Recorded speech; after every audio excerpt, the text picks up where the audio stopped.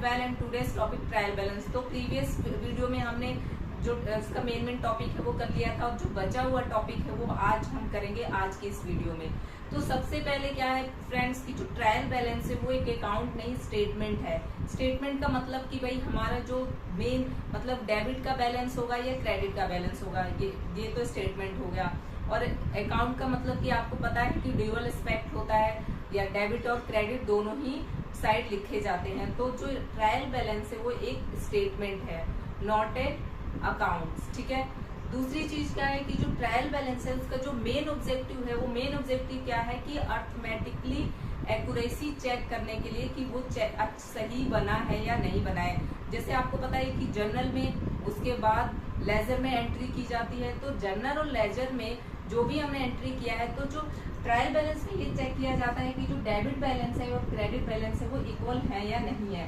तो ये सिर्फ अर्थमेटिकली एक्यूरेसी चेक करने के लिए होता है और जरूरी नहीं है कि ये अर्थमेटिकली एक्यूरेट हो 100%, बट ये एक तरीके से ये है कि हम दोनों साइड का जो बैलेंस है वो चेक करते हैं। अगर कोई बैलेंस डेबिट में अगर कम से रह जाता है तो जितने भी अमाउंट से वो कम रहता है उसको सस्पेंस अकाउंट में डाल देते हैं। और ये जो सस्पेंस अकाउंट क्या होता है, कैसे होता है, मैं इसी वीडियो में आपको आगे बताऊंगी। तो सबसे पहले मैंने एक क्वेश्चन लिख लिया है और इसमें हमें आप प्रिपेयर करना है ट्रायल बैलेंस। ठीक है। तो आपको पता है कि trial balance end of the year या ड्यूरिंग द ईयर के किसी भी मंथ के या क्वार्टर के या फाइनेंशियल जो स्टेटमेंट बनाते हैं उससे जाहिर सी बात है वो पहले बनाएंगे। तो ये क्वेश्चन है और इसी क्वेश्चन को मैं आपको कराऊंगी। तो आपको पता है कि जो ट्रायल बैलेंस का है परफॉर्मा वो होता क्या है, ट्रायल बैलेंस। ठीक है। अब इसका जो परफॉर्मा है वो सबसे पहले है सीरियल नंबर, उसके बाद हेड ऑफ अकाउंट,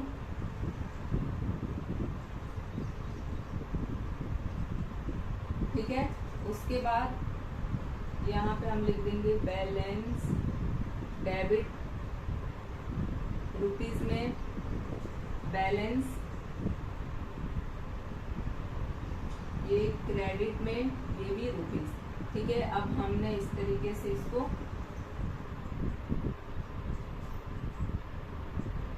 ठीक है।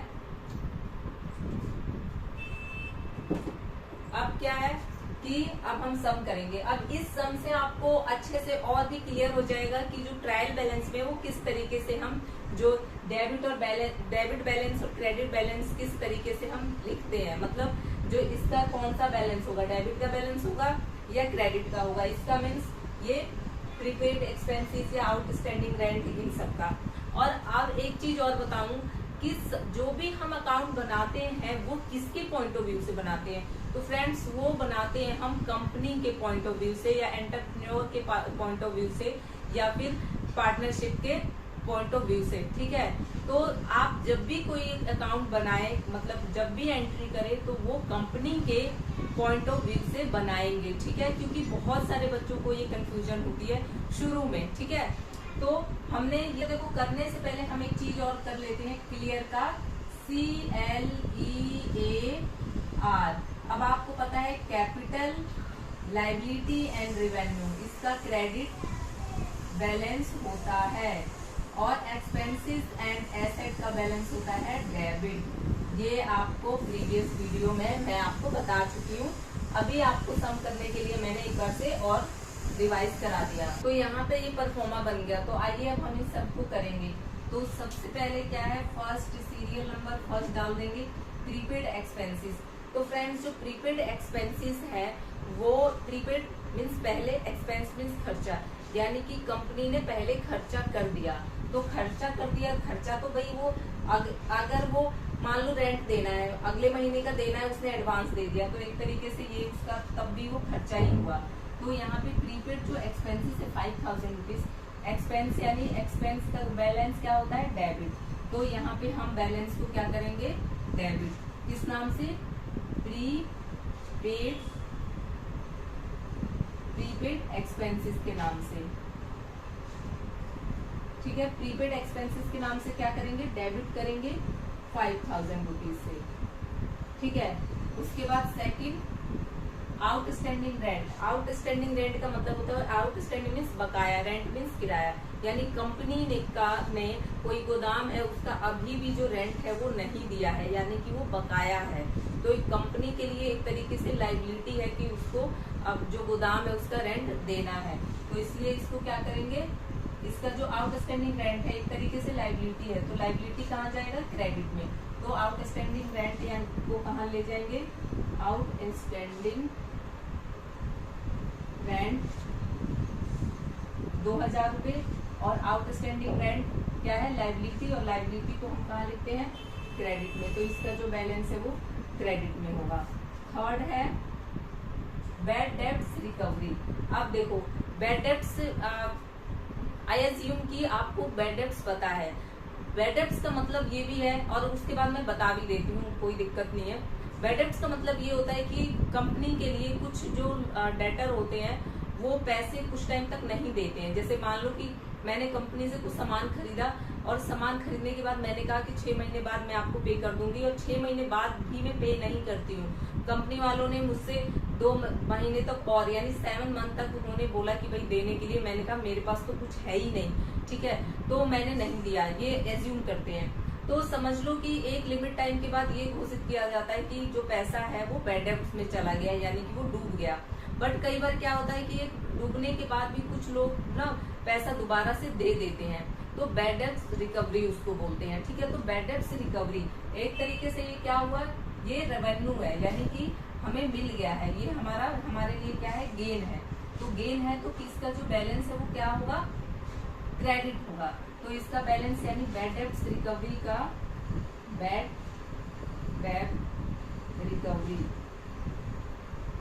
डेब्ट्स रिकवरी का जो बैलेंस है वो क्या होगा, क्रेडिट, क्योंकि ये रेवेन्यू है। तो कितने से, 4000 से, ठीक है।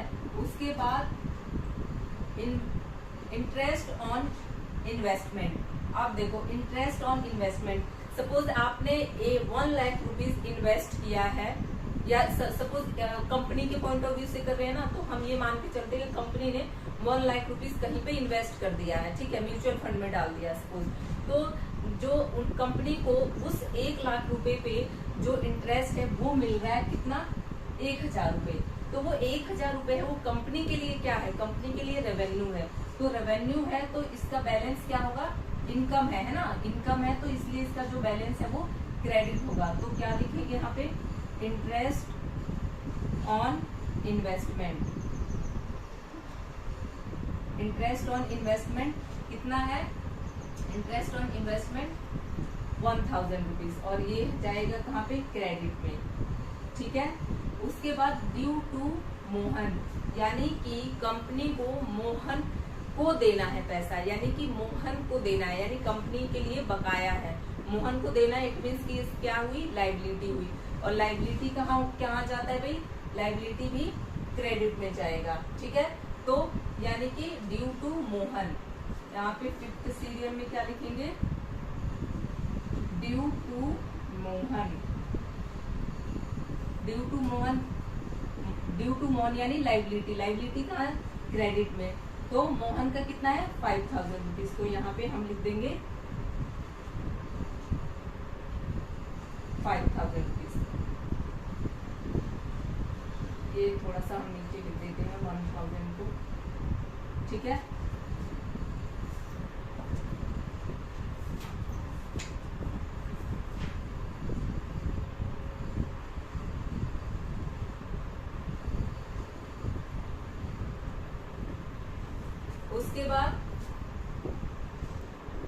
उसके बाद bank due to Mohan, bank overdraft. उसके बाद क्या है, बैंक ओवरड्राफ्ट। बैंक ओवरड्राफ्ट यानी 6th नंबर पे बैंक ओवरड्राफ्ट। बैंक ओवरड्राफ्ट क्या होता है, मैं ज्यूम करती हूँ कि जो बैंक ओवरड्राफ्ट है वो आपको पता है, ठीक है। बैंक ओवरड्राफ्ट क्या होता है ये आपको पता है, और ये हमारी लायबिलिटी होती है। बैंक ओवरड्राफ्ट का मतलब जितना पैसा आपने डिपॉजिट किया उससे ज्यादा आपको बैंक पे करती है, तो ये आपके लिए लायबिलिटी है। तो ये भी लायबिलिटी है। लायबिलिटी कहाँ जाएगा भाई, क्रेडिट साइड। तो यहाँ पे बैंक ओवरड्राफ्ट, बैंक ओवरड्राफ्ट ये क्या है, लायबिलिटी और लायबिलिटी भी कहाँ, क्रेडिट बैलेंस, यानी लायबिलिटी का जो बैलेंस है वो क्रेडिट होता है। 7 नंबर पे क्या है, डिस्काउंट अलाउ, यानी डिस्काउंट अलाउ किया, यानी कंपनी ने डिस्काउंट अलाउ किया तो कंपनी के लिए क्या है, एक्सपेंस है ना, कंपनी के लिए एक्सपेंस है, तो एक्सपेंस कहाँ जाएगा भाई, डेबिट में, तो डिस्काउंट अलाउ है ना,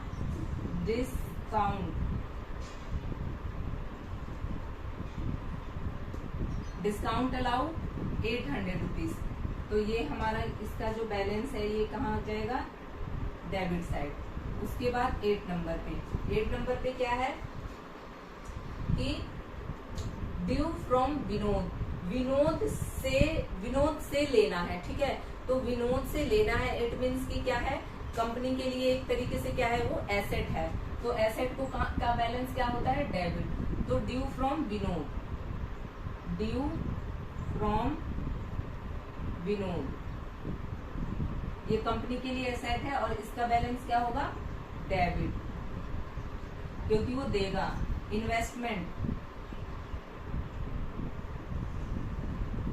इन्वेस्टमेंट क्या है, इन्वेस्टमेंट एसेट है और एसेट का बैलेंस क्या होता है, डेबिट, तो इन्वेस्टमेंट का बैलेंस डेबिट होता है, तो हम कहाँ लिखेंगे, 15,000। पेटेंट्स डेबिट साइड, और उसके बाद पेटेंट्स का भी बैलेंस क्या होता है, यानी पेटेंट्स क्या है, ये कंपनी के लिए एसेट्स है, तो कंपनी के लिए एसेट है, तो कहाँ पे जाएगा ये, 4,000 रुपीज डेबिट साइड, क्योंकि ये एसेट है। उसके बाद 11 नंबर पे मशीनरी भी क्या है, कंपनी के लिए डेबिट, कंपनी भी मशीनरी भी कंपनी के लिए क्या है, एसेट है, तो एसेट है, तो ये कहाँ जाएगा, डेबिट साइड, क्योंकि इसका बैलेंस डेबिट होता है। उसके बाद कैपिटल आपको पता है कि कैपिटल का जो बैलेंस है वो क्या होता है, मतलब कैपिटल क्या होता है, कैपिटल एक तरीके से क्या है, वो लायबिलिटी, और वैसे भी कैपिटल को हम उसमें लिखते हैं, क्रेडिट साइड ही लिखते हैं, आपको पता है, ठीक है, ये एक तरीके से लायबिलिटी होती है, तो यहाँ पे क्या होगा, कैपिटल 18,000 रुपीज। अब हम चेक करते हैं कि जो बैलेंस है वो इक्वल है भी या नहीं है, ठीक है, पीछे कर दिया क्योंकि ये दिख नहीं रहा था। अब हम ये देखेंगे कि जो बैलेंस है वो इक्वल हो रहा है या नहीं हो रहा है, ठीक है, तो अब हम चेक करते हैं एक बार। 5,000 एंड इसको ऐसे देखते हैं, देखिए 5,000 यहाँ और ये 15,000, ठीक है, तो ये कितने हो गए, 20,000 एंड 4,000, 24,000, ठीक है, 24 एंड 6,000 यानी 30,000 इन दोनों को ऐड करेंगे तो कितने, 2,000 ये, तो 32,000 रुपीज, आप इसको ऐड कर लेना, 32,000 रुपीज यहाँ आ गए, और यहाँ पे देखो 4,000 और 2,000 और 4,000, या जो भी समझ लो आप, कि 2 या 2 कर लो या इसको इससे कर लो, 6,000, 7,000, 7 और 5, 12,000, 12 और 2, 14,000 एंड 18,000 कितने हो गए, 32,000। इसका मतलब ये है कि जो ट्रायल बैलेंस है वो अर्थमेटिकली एक्यूरेट है, यानी जो इसमें क्वेश्चन में जो ये दिया हुआ है, मतलब इससे पहले जो ट्रायल बैलेंस बना, लेजर जो बना था और लेजर का जो बैलेंस था वो सही था, और ये यहाँ पे जो क्वेश्चन है उसके अकॉर्डिंग जो ये बैलेंस है वो सही है। और अब हम देखते हैं कि सस्पेंस अकाउंट, नाम से ही पता चल रहा है कि सस्पेंस का मतलब कि हमें पता ही नहीं है कि भाई आगे इससे पहले क्या हुआ था, ठीक है ना, कि इसका मतलब यही है ना, जैसे हम मूवी में देखते हैं कि आगे क्या होने वाला है, हमें पता ही नहीं चलता, भाई कुछ भी हो सकता है। अगर 4 लोग बैठे हैं मूवी देखने तो सबका जो पॉइंट ऑफ व्यू है वो अलग होता है। तो सपोज क्या होता है कि सस्पेंस अकाउंट किस तरीके से बनता है, मान के चलो कि यहाँ पे जो जो क्रेडिट का बैलेंस है वो 32,000 से है, यहाँ पे जो इन्वेस्टमेंट है, ठीक है, मशीनरी है, चलो ठीक है, मशीनरी हमने यहाँ ले लिया 5,000 से, ठीक है, अब जब हम 5,000 से मशीनरी लेंगे तो यहाँ पे 31,000 हो जाएगा, ठीक है, इस जो क्रेडिट का टोटल 32,000 एंड डेबिट का टोटल क्या हो जाएगा, 31,000। 1000। तो इसका मतलब ये है कि अर्थमेटिकली ये एक्यूरेट है, तो सॉरी अर्थमेटिकली एक्यूरेट नहीं है। तो हम यहाँ पे क्या करेंगे कि हमें पता ही नहीं है, हमने जो अकाउंटेंट है उसने क्या किया कि जर्नल में भी, ट्रायल बैलेंस में भी बहुत खोजने की कोशिश की, उसके बाद भी मिला ही नहीं। जो मतलब रियल में वो एक जो 1000 रुपीज से जो डेबिट का बैलेंस वो कम हो रहा है वो मिल ही नहीं रहा। तो उसने क्या करा कि यहाँ पे एक अलग से, सपोज ये 5000 का है, ठीक है, अलग से यहाँ पे उसने सस्पेंस अकाउंट के नाम से 1000 रुपये लिख दिया, ठीक है। यहाँ पे जो ये 12 और यहाँ पे 13 जो कैपिटल है ये तो है ही है, ठीक है। तो सस्पेंस अकाउंट के नाम से 1000 रुपीज यहाँ लिख दिया, और इसकी वजह से जो डेबिट का बैलेंस है और क्रेडिट का बैलेंस है, दोनों ही बैलेंस इक्वल हो गया, ठीक है। तो आई होप आप लोगों को ये समझ में आया होगा। और जब भी वो ये इसलिए क्योंकि जो जब हम आगे बैलेंस शीट बनाएंगे या फिर जब हम स्टेटमेंट जैसे कि फाइनेंशियल स्टेटमेंट बनाएंगे, तो हमारे लिए ये क्या पड़े, मतलब इजी पड़े, और उसकी वजह मतलब ये 1000 रुपए की वजह से आगे डिले ना हो बैलेंस शीट बनाने में, ठीक है, या आगे का जो प्रोसीजर है उसको कंप्लीट होने में दिक्कत ना हो। इसकी वजह से यहाँ पे हमने फिलहाल के लिए सस्पेंस अकाउंट लिख दिया। जैसे फ्यूचर में जब भी हमें लगेगा या हम चेक करेंगे और अगर हमें वहां से गलती मिल गई, तो वो जो अकाउंट है वो सस्पेंस अकाउंट अपने आप ही खत्म हो जाएगा, क्योंकि हमें पता लग जाएगा कि ये अकाउंट है वो कहाँ से मिस्टेक है, मशीनरी में है या किसी में, मतलब या तो किसी से ड्यू है या हमने कुछ लिखना छोड़ दिया है, तो वो अकाउंट मेंशन हो जाएगा और ये सस्पेंस अकाउंट यहाँ से, मतलब सस्पेंस अकाउंट खत्म हो जाएगा अपने आप ही, ठीक है। तो ऐसा कुछ सस्पेंस अकाउंट का कुछ ऐसा बहुत बड़ा मतलब कुछ ऐसा बहुत बड़ा सा रूल रेगुलेशन नहीं है, ठीक है। अगर हमें बैलेंस को इक्वल करने के लिए सस्पेंस अकाउंट हम लिख देते हैं। तो आई होप फ्रेंड्स आप लोगों को समझ में आया होगा। तो अगर आप लोगों को समझ में आया होगा तो थैंक यू सो मच, और आप आगे मेरी वीडियो को शेयर करें प्लीज।